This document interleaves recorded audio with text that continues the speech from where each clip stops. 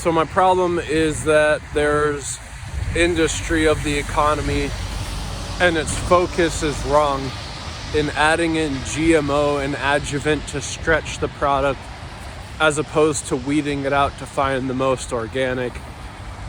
People can be doing this and it should be like an aim for, and it can be twice as easy if you know how to implement what AI would be encumbering. AI, it searches for an answer infinitely many times, even if there isn't one. It'd keep searching. That's in its nature.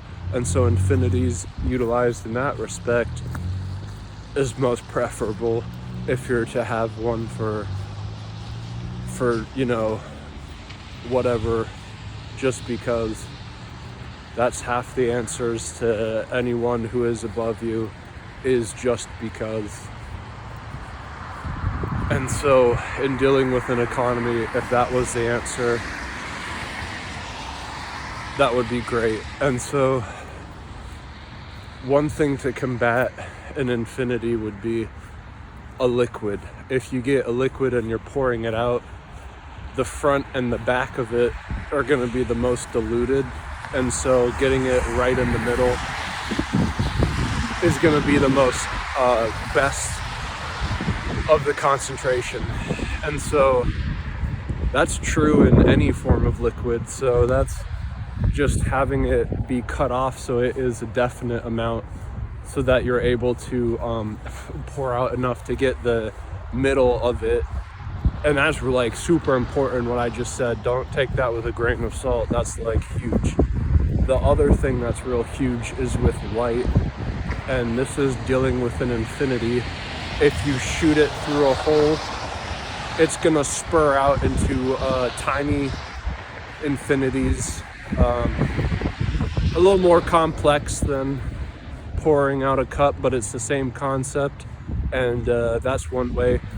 And then the second way, and there's two ways, pouring out and then shooting the light through to find the most organic sense as opposed to adjuvant and artificial ingredient. So that's good, and handling goods. Another way to better define something archaic is to look at embodiment. So like your throat, it doesn't dandruff and flake out like your scalp when it gets broken by something harsh like a soap. And that's probably because your throat is going to be like wet for your entire life, and so it has a different characteristic. And at its main core, that main characteristic in its simplest form, it's not going to flake out, but it could probably have ABC, different other things that'll do if it's damaged. And so that's important to note so that you don't get the crossover of what's dangerous when you're describing what's diluted or concentrated.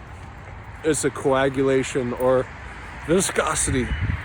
I feel like I'm just explaining to a group of children, and I'm a teacher, but I'm gonna try and get some animation and graphics to make it a lot more palatable. But in layman's term, this is like what is gonna be earth shattering and groundbreaking. And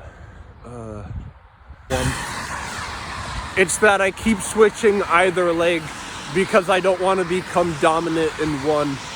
If the entire universe was looked at as a grill or a gill, it's best to have two gills in order to have better oxygen flow rates. I'll have you note that a snake has one lung, and that's the way it negates. Sometimes I get mixed up with my lefts and my rights and which way to spin in basketball. If you're laying up on the left hand of the rim, you use your left hand and you jump off of your left or your right foot. there's a certain pattern which makes it easier to make a basket and harder to get blocked. And the same goes for spinning off of, when you're doing spins off of rocks or anything.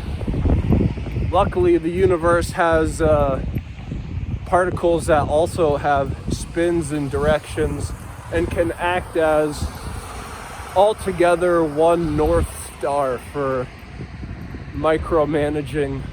Yeah, a flashpoint is indicative of a combustibility, and so it's an indicator. A flashpoint will occur once enough energy is exuberated, but doesn't always mean that it's going to combust. You know, take for example the twinkle in someone's eye. That's a flash and it's a point, but it doesn't mean exactly that's going to combust. So the crossover of the infinities, you got to be careful because they can be dealt with in a disarray of ordinances. Hashtag ordinances. I didn't mean that, but I was trying to get into a computational sense, where in the computational sense, the cosmological constant has it so flesh cannot be utilized as a machine. And I'm going to get extremely graphic, and it's only because I've been put in this position. There's IVs that get poked into your skin. And if you've had an IV poked into your... No, I'm not even... Boiling point or combusted ability percentile, an ability for a percentile to combust. Anything that's shooken or struck hard enough will ignite. And, these are all constants. The cosmological constant is the holy grail of all constants because it enacts what type of energy is inside empty space. You can look at everything as an entire grill because there's at every point empty space in every other point. And so if you were to utilize that as a giant grill or gills, you could say the whole universe is just one fish breathing. And with infinities, it's funny as so that there's boiling points, there's freeze points. Earlier today, I'll have you note, it was 38 degrees on the temperature, and then it very well may be, but the ground has so much marshy water in it that it's actually of snowing when it shouldn't be. I'll have you note, in the water when it's salt, like in the ocean, the freezing point of it is a lot lower or higher. Double check on that, is because there's salt in it. It takes longer for it to freeze because the temperature gauge is out of whack. I thought to mention this is because I found out lobsters shed their exterior, and I saw this from a movie on the internet, and then I'm thinking like, there's this one guy in Mortal Kombat, his name's Onaga. He devours the entire universe, and so then the entire universe is ostensibly his shedding outwards, but he goes inwards, so it's the opposite, which makes sense because light travels to us from the past, so everything we're perceiving is predating. So he goes into it, and it's like his exoskeleton is a literal representation of an embodiment of all humans. Pretty deep, but yet accurate. Yesterday I made a note that graphics were strictly computer generated, and that was a crude statement. And the nostalgia behind that was I was defining algorithms, and to note the history of them was predating the computer invention in the 1980s. A guy in the Middle Eastern's mathematician came up with an algorithm 100 years, maybe 200 years before that, prior. So the amount of graphics of the algorithm is, I'd like to think is modern. When people talk about graphics, it's intentionally just for computer notions. Improvisation. I'm gonna aim at like cinematography, and then improvisation is scripting. Scripting is all cheesy. There's all movies to a cinematographer standpoint. It's just they're trying to get like a masterpiece of a still frame into a movie. So they have that apex of, wow, this is a glorified image. One of these is seen in the movie where the robot says, "Danger, Will Robinson, danger." I can't remember the title of the movie, but the bad guy in that, he gets all of his legs out and he has this image of himself, and it's cinematography as a standpoint, where if that was a still frame picture or a desktop on a computer, you'd be like, wow, that's quite the imagery, as if the whole movie was made just to portray that. The movie Human Centipede, I haven't seen it, but a lot of people who have are displeased in it, and I think that it's all just to get that image of all the humans together being as just as one image of the human centipede in its glorified image still frame. That'd probably be the apex of the movie. I haven't seen it, but I imagine the cinematography is spot on in that.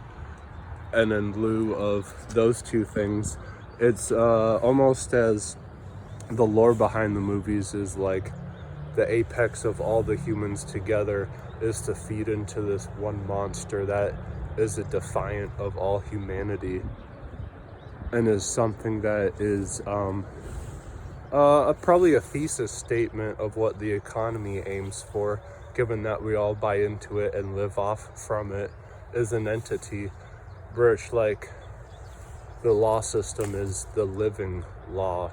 The law refers to itself as living, and businesses refer to themselves as entities. And so when you're trying to embody this in a physical attribute by portraying one embodiment, those two characters in the cinematographies of those movies, despite all the cheesy scripting, is rather unique.